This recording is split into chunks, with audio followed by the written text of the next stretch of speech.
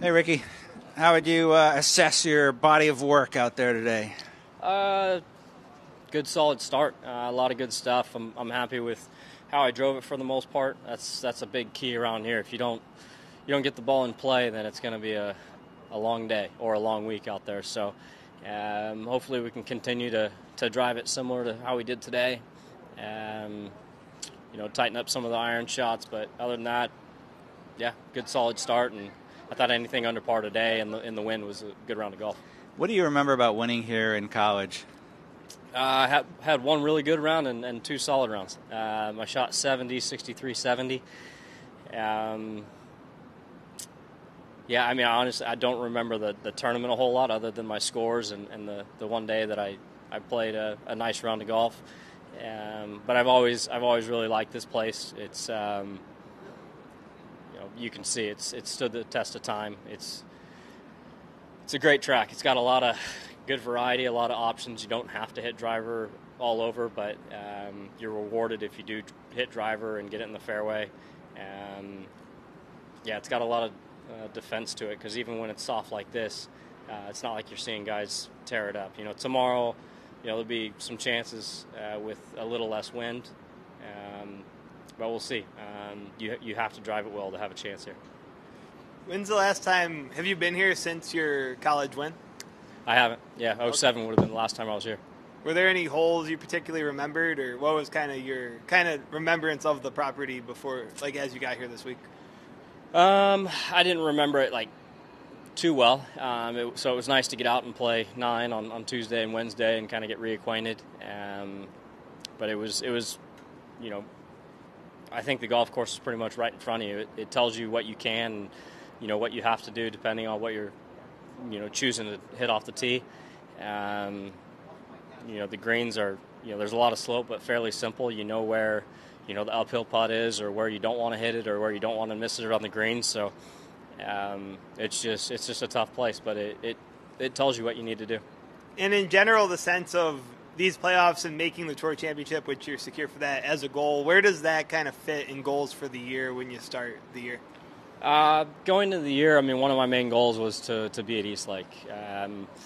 To be there, you've accomplished a lot of good play throughout the year. You don't necessarily have to win, but you have to play well and have some good finishes to make it to East Lake. So especially being able to lock that up before the playoffs, that says a lot about the year, and especially with the win in there.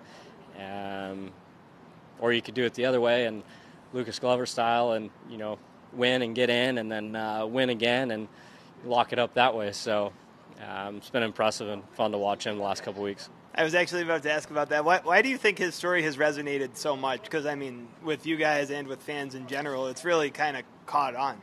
Lucas has always been Lucas. He's a great guy. He's fun to be around. He's always been a great ball striker. He's had a handful of years where he struggled with the flat stick and, shorter putts, and that's always been tough. That's not something you want to see, and, you feel for guys when they're going through that. And so it's been awesome. I don't think you're going to find anyone that has pulled against him, seeing that he's kind of resurrected his game and probably self-belief on the greens. I've enjoyed watching it. Although Cantlay is a good buddy of mine, I know he wasn't exactly pulling for him in the playoff, but it is what it is. Just like I said, good to see what Lucas has been able to do. And then with this being the last week for Ryder Cup automatic qualification, has that been on your mind at all? Is qualifying for that team on points? Is that a goal into the year too? How does that work? Yes and no. I'd obviously, I don't know exactly how the points shake out. I'd probably have to win or somewhere up there to secure points as far as an automatic selection. But we're just going to continue to play well and try and go get ourselves in contention, and ultimately try and get ourselves in a good spot for next week. So if we do that, the Ryder Cup should fall into place. Does it create a little bit of added motivation, the whole context of that, knowing that that's part of the kind of these 2 weeks as well?